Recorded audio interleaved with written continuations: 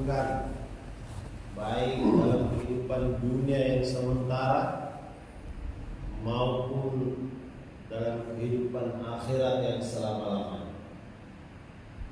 Iman ini menentukan seseorang untuk berbuat baik. Kalau orang imannya strong, maka dia akan berbuat baik. Kalau orang imannya setengah, nanti kebaikannya setengah. Kalau orang imannya lemah, kebaikannya lemah. Kalau tidak punya iman, maka akan berbuat buruk, alias berbuat maksiat. Maka seluruh nabi-nabi alaihissalam dihantar Allah Subhanahu wa taala untuk usaha atas iman, mengingatkan manusia bahwa ada Allah Subhanahu wa taala yang Maha mencipta, Maha memelihara, Maha memberi rezeki, yang Maha mengetahui. Tidak ada yang luput dari pandangan Allah Subhanahu wa taala. Tidak ada yang dapat menghalangi pendengaran Allah Subhanahu wa taala. Tidak ada yang dapat bersembunyi, diam-diam berbuat maksiat kemudian merasa bahwa Allah tidak melihat. Allah melihat. Tidak ada tempat di mana orang bisa kabur dari pengawasan Allah Subhanahu wa taala. Dalam keadaan ramai maupun dalam keadaan sendiri. Dalam keadaan lapang maupun sempit. Dalam keadaan senang maupun dalam keadaan susah. Semua berada dalam pandangan Allah Subhanahu wa taala. Para nabi mengingatkan manusia agar mereka ini beriman kepada Allah taala, merasa diawasi oleh Allah Subhanahu wa taala. Karena itu orang yang merasakan perkara ini dia tidak akan berbuat maksiat kepada Allah taala. Satu orang bekerja bangunan yang merasa diawasi oleh mandornya, maka dia akan bekerja dengan sungguh-sungguh dan dia tidak akan melakukan pelanggaran. Kenapa? Merasa diawasi. Tapi seorang yang merasa tidak diawasi, maka dia bebas membuat apa saja yang dia kehendaki. Karena itulah seluruh nabi-nabi dihantar Allah Subhanahu wa taala untuk memberitahu maksud tujuan penciptaan manusia. Al-Quran menjelaskan wa ma khalaqtul jinna wal insa illa liya'buduni. Tidak aku ciptakan jin dan manusia melainkan untuk ibadah kepada aku. Mufassir mengatakan illa liya'buduni, maksudnya ay liya'rifuni, yakni mengenal aku, mengenal siapa Allah Subhanahu wa taala, mengenal siapa yang menciptakan langit. Tidak ada satu insinyur di permukaan bumi ini pernah mengaku saya yang menciptakan langit. Jangan langit yang tinggi, bumi yang menghampar ini. Belum ada satu orang ahli geologi, ahli pertanahan yang mengaku pernah menciptakan tanah, pernah menciptakan sebutir pasir. Tidak ada. Berkumpul seluruh ahli kimia, para profesor kimia, doktor kimia, sarjana kimia dari timur dan barat untuk menciptakan satu tetes air tidak bisa. Yang menciptakan langit ini Allah, menciptakan bumi ini Allah, menciptakan air ini Allah, yang menciptakan angin ini Allah Subhanahu wa taala. Maka nabi-nabi datang kepada manusia untuk memperkenalkan siapa itu Allah Subhanahu wa Ta'ala. Untuk mengenal Allah Subhanahu wa Ta'ala,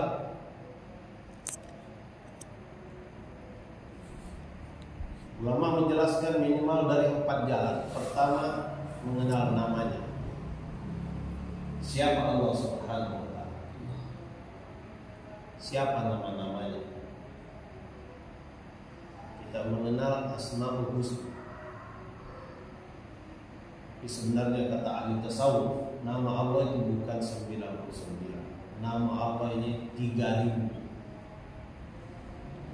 1000 nama dikenal oleh para malaikat dan menjadi rahasia para malaikat.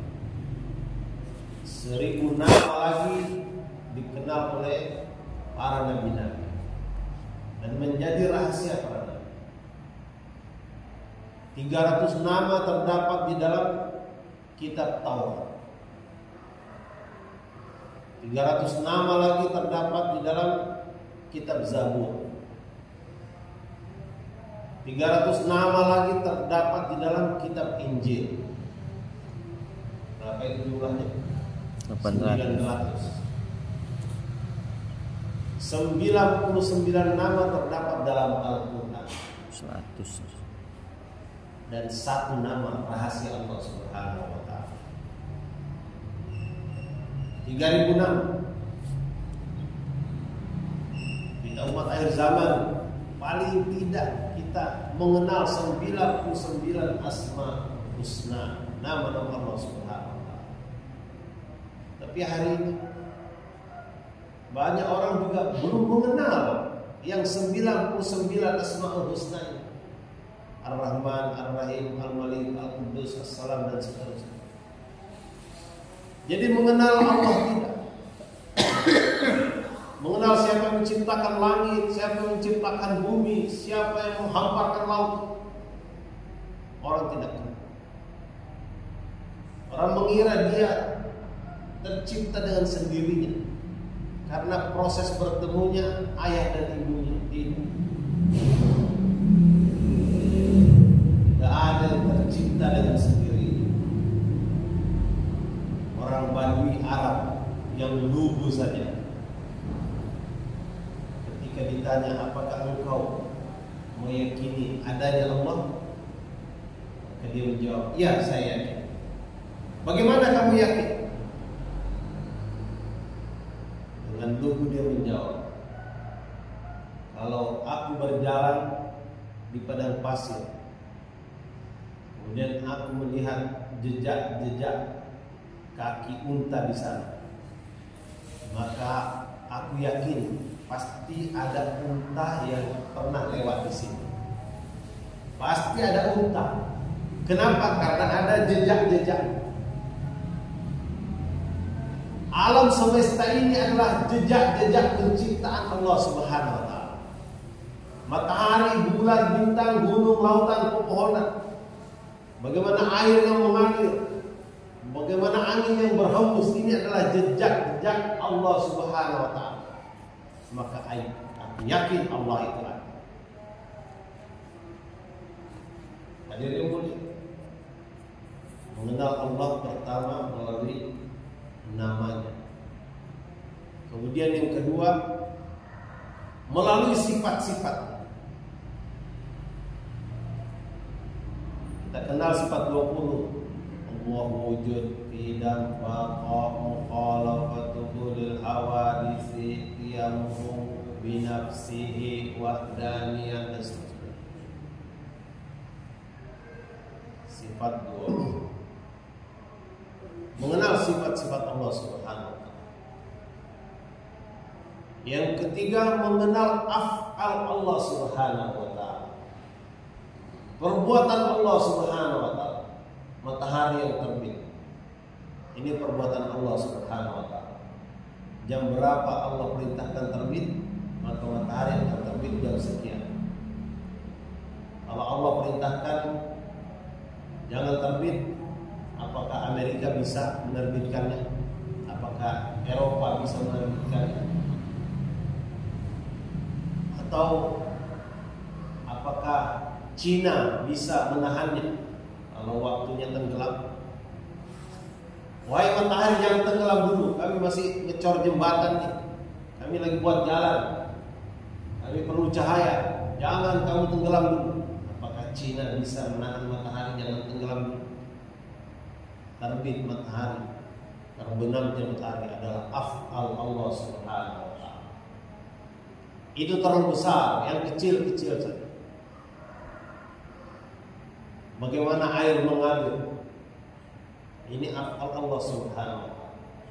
Bagaimana angin berhembus? Ini af'al Allah Subhanahu wa ta'ala. Bahkan bagaimana mata berkedip? Ini af'al Allah Subhanahu wa ta'ala. Jantung berdegup, darah mengalir, semua af'al Allah Subhanahu wa ta'ala.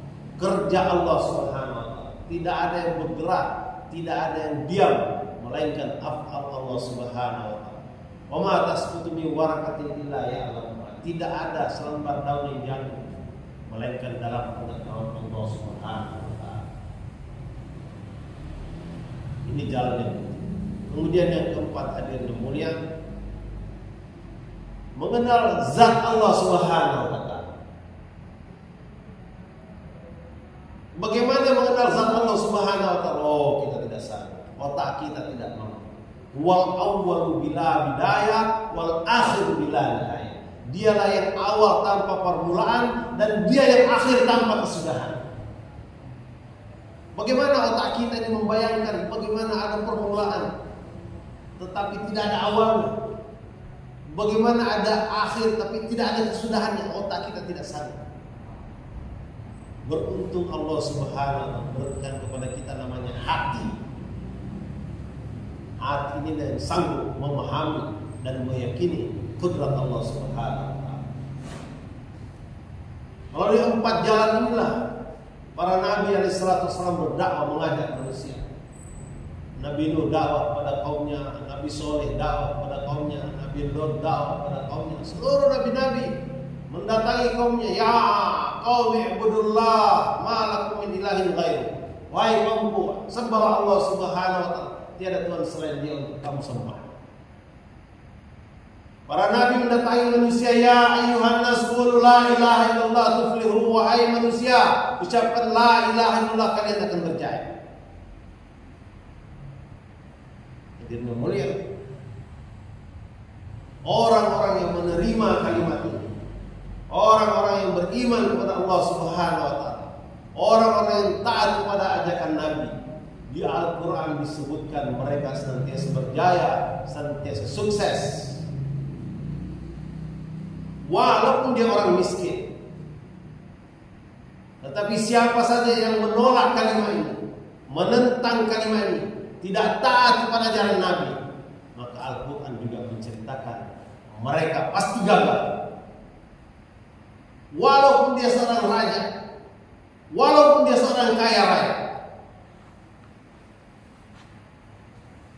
raja yang hebat seperti Fir'aun, Namrud, kurang apa kehebatannya? Kerajaannya meliputi timur dan barat.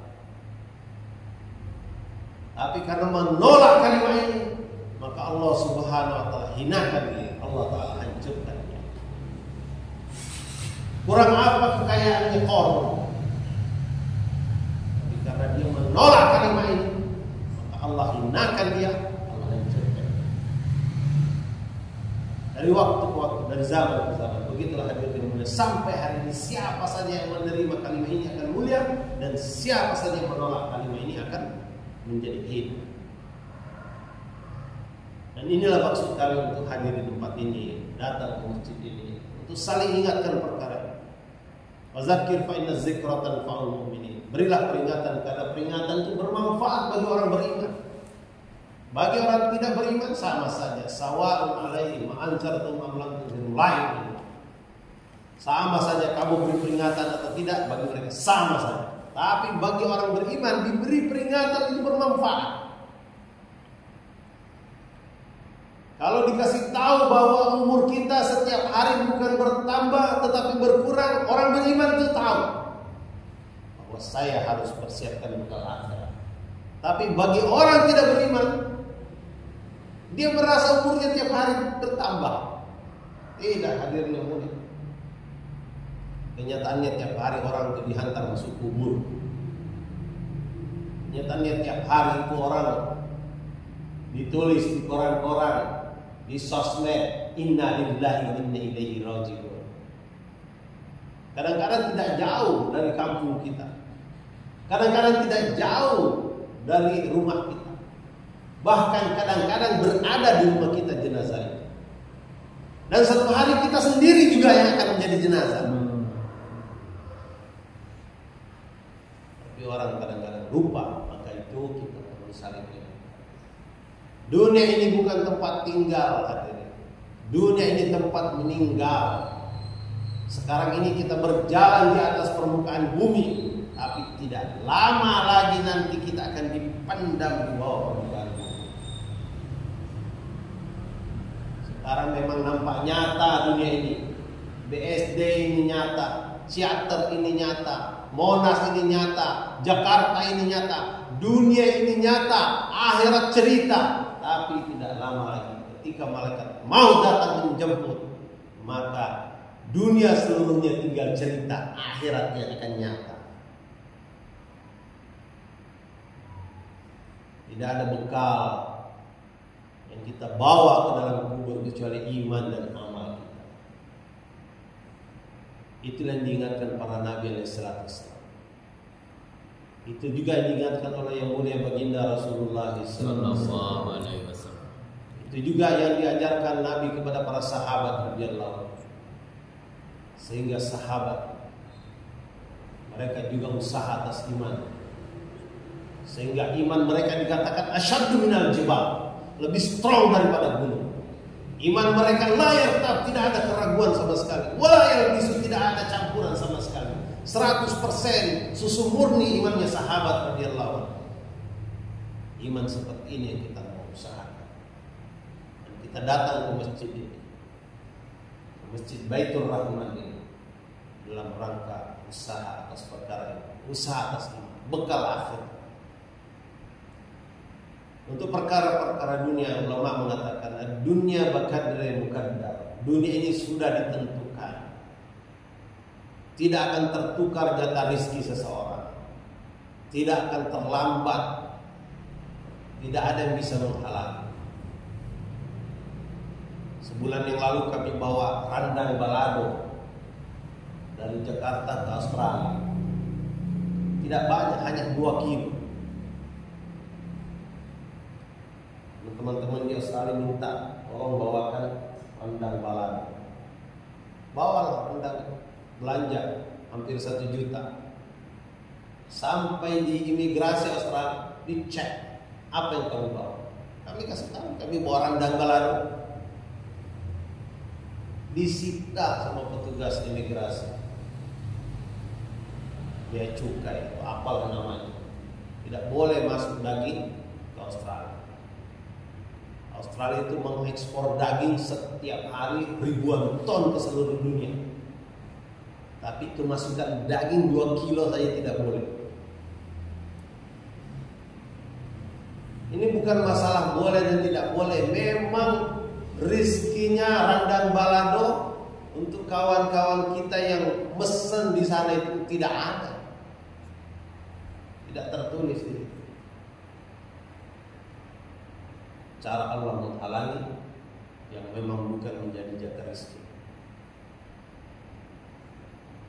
1 butir kurma yang tumbuh di Madinah, kalau di kurma itu tertulis namanya kahfi, ciater, maka kurma itu tidak akan terbang ke Amerika, tidak terbang ke Eropa, tidak terbang ke Australia. Dia akan terbang ke Indonesia. Indonesia ini penduduknya banyak, 300 juta. Itu kurma akan melewati orang demi orang, melewati kampung demi kampung, melewati rumah demi rumah. Dia akan sampai di depan yang bernama kahfi. Walaupun istri ada di situ, anak ada di situ, tidak bisa dimakan istrinya, tidak bisa dimakan oleh anaknya. Hanya yang bernama kahfi yang bisa makan kurma itu. Tidak kata. Satu orang di zaman Nabi Musa alaihissalam membawa satu butir gandum. Dia perlihatkan kepada Nabi Musa alaihissalam, wahai Musa, ini ada sebutir gandum, ini rezeki saya. Nabi Musa melihat sebentar, tidak, itu rezekinya ayam di ujung kampung. Orang ini tidak percaya, dia lempar ke atas. Kemudian dia mau tangkap dengan mulut, ternyata masuk ke dalam hidung. Masuk dalam hidung, mau dihirup tidak masuk, dihembus keluar tidak keluar, dicokal-cokal tidak bisa. Ini masalah. Maka dia seharian itu dalam keadaan menderita. Dia pulang ke rumah lapor sama istri. Istrinya mengatakan, bang, biasanya yang kayak gitu di ujung kampung sana ada orang tua di situ yang biasa mengeluarkan seperti itu. Maka pagi-pagi dia pergi ke ujung kampung. Dia lihat ada orang tua lagi potong-potong kayu, di sekitarnya ada ayam. Baru dia mengucap salam, tiba-tiba dia bersin, keluar biji gandum itu dipatok oleh ayam. Baru dia yakin, oh benar ini rezeki. Kata Nabi Musa kemarin, rezekinya ayam di ujung kampung. Inilah kerja Allah Subhanahu wa Ta'ala. Apa yang sudah dituliskan menjadi rezeki seseorang tidak bisa dipatahkan, tidak bisa dihalangi oleh siapapun. Kalau orang memiliki keyakinan bahwa Allah adalah Ar-Razik, Allah adalah Maha Pemberi rezeki, maka tenang dia hidupnya.